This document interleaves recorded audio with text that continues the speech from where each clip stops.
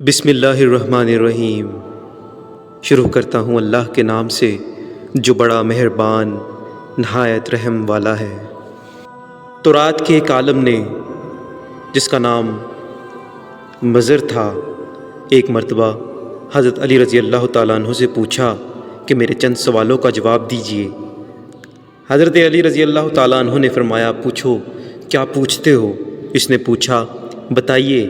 وہ کون سا مرد ہے جس کا نہ باپ ہے نہ ماں، اور وہ کون سی عورت ہے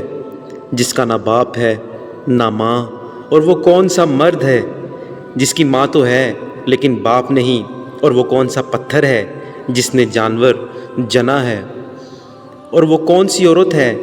جس نے ایک ہی دن میں صرف 3 گھڑیوں میں بچہ جن دیا، اور وہ کون سے 2 دوست ہیں جو آپس میں کبھی دشمن نہ بنیں گے، اور وہ کون سے 2 دشمن ہیں جو آپس میں کبھی دوست نہ بنیں گے۔ حضرت علی رضی اللہ تعالیٰ عنہ نے فرمایا، لو اب سنو، وہ مرد جس کا نہ باپ ہے نہ ماں آدم علیہ السلام ہے، اور وہ عورت جس کا نہ باپ ہے نہ ماں حوا علیہ السلام ہے، اور وہ مرد جس کی ماں ہے لیکن باپ نہیں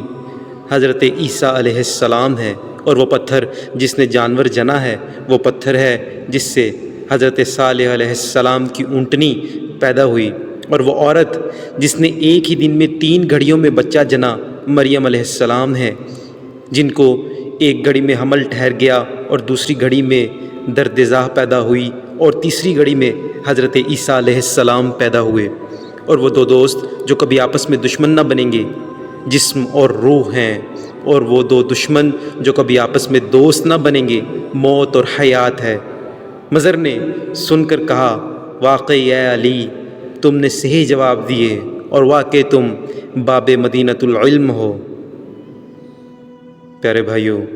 مدینۃ العلم کے باب کے علم سے پتہ چلتا ہے کہ مدینۃ العلم صلی اللہ علیہ وسلم میں کوئی ایسی شے نہیں جو نہ ہو۔